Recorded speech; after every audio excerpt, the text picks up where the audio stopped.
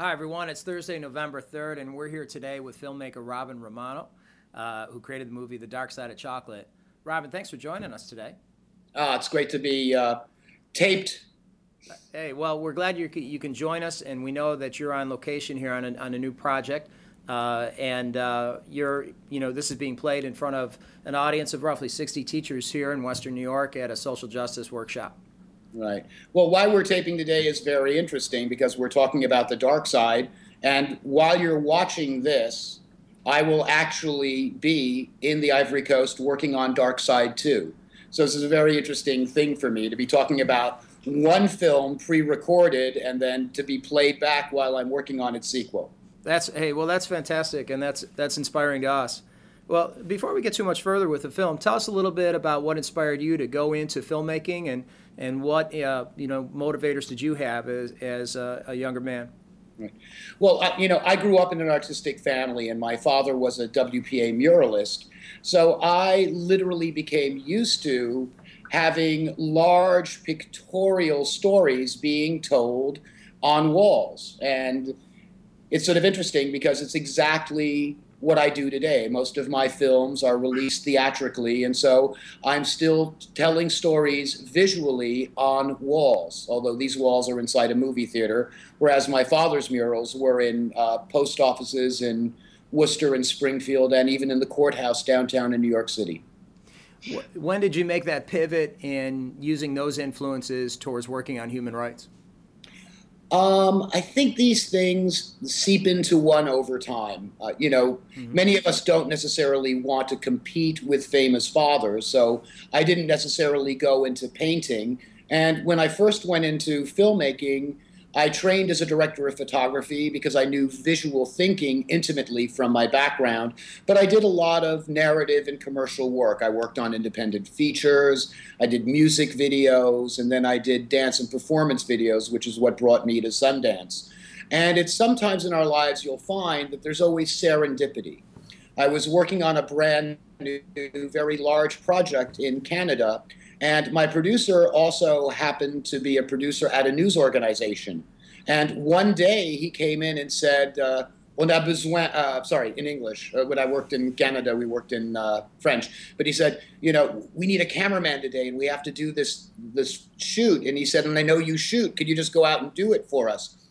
And I said, sure. And I ended up linking up with a great French director by the name of Daniel Crusoe, and I spent 5 years in Montreal working on very in-depth documentaries. And I think that's originally when I got the bug and that I discovered that there was nothing better than reality. Well, that bug was certainly apparent in the section of Dark Side that we just saw. Tell us more about the background on that and why you started working on the project, and perhaps what was the epiphany that you had to make this film? Well, probably for the last 15 years, I've dedicated my career almost exclusively to dealing with children's rights and economic justice. And one of my earlier films was Stolen Childhoods, and that was the first feature-length documentary on global child labor. And so I had a very, very deep interest in children's rights around the world. And when the story broke about the worst forms of child labor and slavery in the cocoa plantations of West Africa, and specifically the Ivory Coast, I thought this was a great story to tell. And especially because it dealt with chocolate. Because chocolate is linked to children. The majority of chocolate that's consumed in this country is either consumed by children or it's consumed, by people who we love or by ourselves. And the two holidays that are associated with it are Valentine's Day and Halloween. So, when you think of chocolate and you think of the popular mythologies around chocolate, they're sort of like around childhood. They're around Valentine's Day. It's around Easter. It is something that is linked to holidays. It is something that is linked to our hearts. It is something that is linked to our childhood. And yet, as I came to understand, there was this darker side to chocolate that I felt people really needed to know. That there were children who picked chocolate and that those children had never once themselves even tasted a chocolate bar. And so that's basically what inspired me to do it, was that we have this commodity, and it's called theobroma, meaning food of the gods. That's its technical Latin name. And yet, nothing could be less godlike than the conditions under which it was picked. And nothing could be farther from the myths we have of romance, of Halloween, of Easter, of children enjoying the sweet taste of chocolate, than what the reality was on the ground in West Africa for hundreds of thousands of children. And this was a story that just needed to be told. Now, what were the reactions of the chocolate companies? Because my favorite part of the film is near the end, when the producer raises the big screen in front of the Nestle factory in Switzerland. Obviously, they couldn't have liked your presence here, and tell us more about their reactions. Well, the reason why we did the big screen, and that is my co-director, my co-filmmaker, Mickey Mastrati, and he's in many ways, the brains behind this piece as well. And we should get credit. He's one of the great investigative journalists in Europe. We did that because we could not get a response from the cocoa companies. Both the big five of the exporters and the big five manufacturers. This oligopoly, that deals with chocolate. We would send them letters, we would ask them to respond, and they would get back to us and try to finagle getting out of, a live journalistic interview. And so finally, just at a point where we were so frustrated by by their unwillingness to be interviewed by us and to discuss this problem, the thought was, bring the problem to them. This is something they can't ignore. So ultimately, the thing is to bring it to them if they can't come to you, or even if you can't meet in the middle. And I just wanted them to know, and I know this was Mickey's idea, which is that, he specifically wanted them to see what the reality was, because they claim that, they didn't know about the problem, or, it's difficult, or, there's been problems in the Ivory Coast, but yet it's just two guys, Mickey and myself, and a couple of helpers on the ground in the Ivory Coast, and we were able to literally, within the metaphorical stone's throw of Ali Lakis's plant, go and find kids working on the cocoa plantation. And Ali Lakis is the individual that you will see in the film who claims that there is no child labor on the farms. And yet, within under an hour, we had left his processing plant, and we had driven to a farm, and there were children. And so the point is that if you aren't going to make the effort on the ground, right, we'll show you them. So you can't ignore it, and you need to make now some sort of reaction to it. We need some response. Now, being on the ground like that, you're posing a lot of risk to yourself, obviously physically.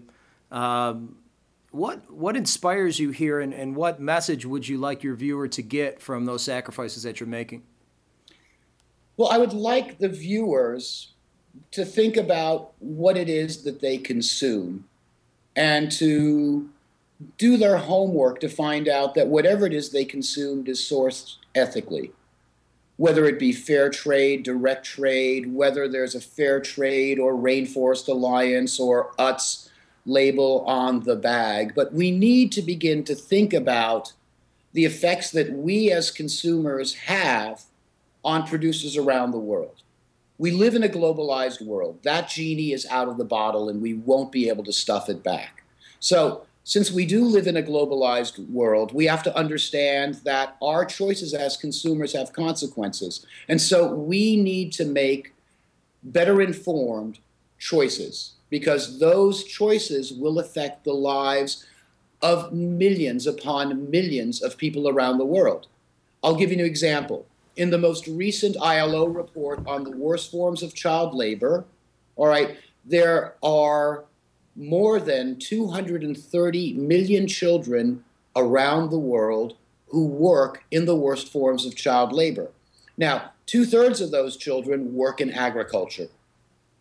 So when we buy goods, when we buy coffee, when we buy cocoa, when we buy things that we don't even necessarily think children would be involved with, but when we buy cell phones, there's coltan, that comes from mines in the Democratic Republic of the Congo, where children and men are forced to dig at gunpoint and at great risk to their lives. We need to understand that in the chain of custody, that everything that comes into our possession, there is a moral choice that we need to make. And that choice is we need to understand where these things come from so that we can be better at being global citizens. The thing is as you are probably aware, my most recent film, The Harvest, dealt with the phenomena of child labor in the United States. And the reason why I bring this up is that I've always found it linked to the story that I was doing on chocolate, which is that what you see in The Dark Side of Chocolate was supposed to have been stopped by 2005. The Dark Side is a film that's made in 2010.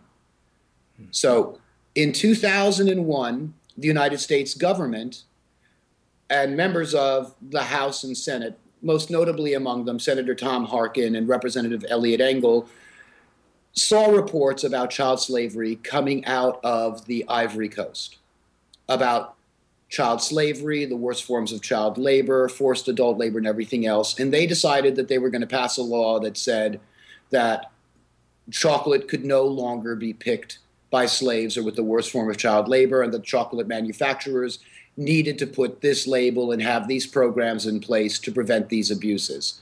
What happened, though, was that the chocolate companies pushed back and said, we don't want a law, but we'll work with you. And so they created the Harkin-Engen Protocol. So the Harkin-Engen Protocol was basically supposed to get rid of the worst forms of child labor on the cocoa plantations of the Ivory Coast and get rid of it by 2005. That didn't happen. Then they said, all right, we'll see if we can reduce half of the worst forms of child labor and slavery by 2008. That didn't happen. Then they said, all right, we're going to let's see what happens by 2010. All right, well, in The Dark Side of Chocolate, you can still see the results of what's going on in 2010 in the Ivory Coast. And the reason why I brought this up is, in relation to The Harvest, which is about American children who labor in the fields. The thing that I found really stunning was that the Harkin-Engen Protocol actually required stricter regulations for children in agriculture than we in America require of American children today who work in agriculture. In other words, the minimum age in the Ivory Coast is 14. The minimum age in the United States is 12. So so again, I always have that old expression in the back of my head, caveat emptor, buyer beware. But it should really be buyer be aware as well as beware. And I guess the good side of the globalization process is that the students in our classrooms can be exposed to voices like yours, and also learn more and to repair the world. What would you say to those students who say, geez, chocolate is all over, and how do I want to make a good choice here, but what do I do? And maybe we could close out with your message directly to the students. Well, there's a couple of things that students can do. First off, they can join the Raise the Bar campaign that the International Labor Rights Forum and Green America is sponsoring right now, which is asking Hershey to improve its labor standards around the world. And, Hershey is one of those great old American companies, and it had a fabulous tradition of helping out children. So why not ask Hershey to continue that tradition, and not only just to care about the children of Hershey, Pennsylvania, but to care about the children around the world. Another thing that your students can do is that they can write a letter, not an email, not a phone call. Write a letter to your local congressperson, write a letter to your senator and say, I've just seen this film. And I really don't want to eat chocolate that's been picked by children who are abused. And that is probably one of the best things that you can do right now. We're awaiting word on Executive Order 13126, which might ban the importation of chocolate, of chocolate picked by these kids. Right now, a lot of goods and services that are provided by slave labor are prohibited from entering the country due to the Smoot-Hawley Tariff Act of 1930. But chocolate gets into this country because of a loophole called consumptive demand, which basically means if we can't grow it, then we can import it, and we don't have to worry about its provenance. We don't have to worry about where it comes from.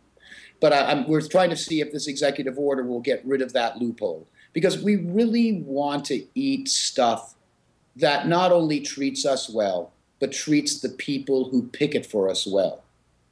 And the good news, too, is that there's so many examples of instances where people and consumers have made a difference with their choices that have improved the world and have led to change. Exactly. We see that all around. We see that, with the local food movement. We see that with organic. We see that with fair trade. We see that with Rainforest Alliance. We see it with many of the green certifications. Consumers have choices and consumers have voices. So you have voice and choice. So when you go into a market, and there's a choice between a bar that doesn't have a fair trade or an Utz or a Rainforest Alliance label, or it doesn't have organic on it, you can choose the bar that does have that benefit, all right? Because those labels bespeak a benefit to the people who bring us those goods. And ultimately, at the end of the day, we want to be fair. Buyer be fair. So buyer beware, buyer be aware, and buyer be fair. Well, Robin, on behalf of all the buyers and teachers in this room, thanks for sharing your voice with us today. Oh, well, thank you for calling me. Well, congratulations on your work. We wish you the best of luck, and especially in your hopes for Dark Side 2, and we'll look forward to seeing that. Fantastic. Listen, take care, everybody, and have a great day. Thanks so much. Seeing this, I'll be en La Brosse, en Côte d'Ivoire. Au revoir. Thank you. You're welcome.